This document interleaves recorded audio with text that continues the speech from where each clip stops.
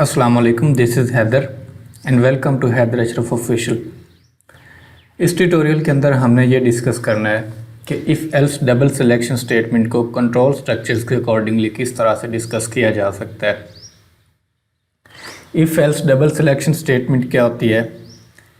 The if else double selection statement allows you to specify an action to perform when the condition is true and a different action to perform when the condition is false. क्या होता है कि if else double selection statement के अंदर हमारे पास दो सूरतें होती हैं। नंबर 1 पे अगर हमारे पास एक कंडीशन ट्रू है तो उसके अकॉर्डिंगली एक कोड ब्लॉक ने परफॉर्म होना होता है, और नंबर 2 अगर हमारे पास जो कंडीशन फॉल्स है तो उसके अकॉर्डिंगली एक और कोड ब्लॉक ने परफॉर्म होना होता है।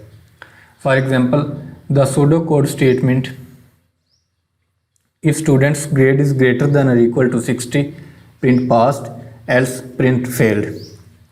हमारे पास ये जो सूडो कोड है इसके अंदर ये है कि अगर तो स्टूडेंट का ग्रेड है वो 60 है या उससे ग्रेटर है तो हमने जो है अपने कोड के अंदर एज अ पास्ट प्रिंट कर देना है। अदरवाइज़ एल्स का कीवर्ड है और उसके बाद जो है हमने उसको फेल्ड प्रिंट कर देना है।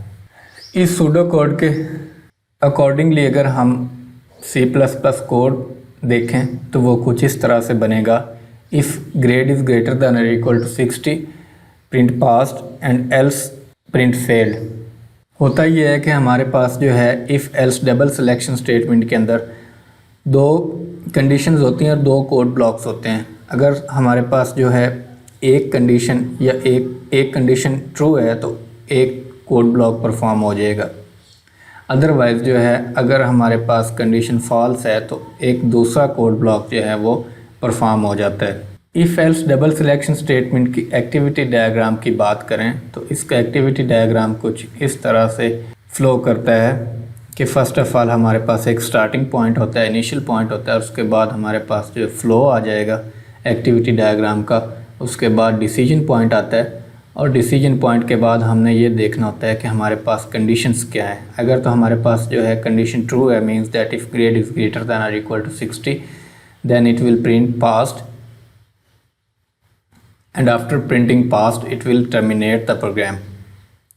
अदरवाइज़ हमारे पास जो है अगर कंडीशन फॉल्स होती है एल्स की सिचुएशन में तो उसने जो है प्रिंट कर देना है फेल्ड, और आफ्टर प्रिंटिंग फेल्ड प्रोग्राम ने टर्मिनेट हो जाना है, एंडिंग पॉइंट की तरफ मूव हो जाना है।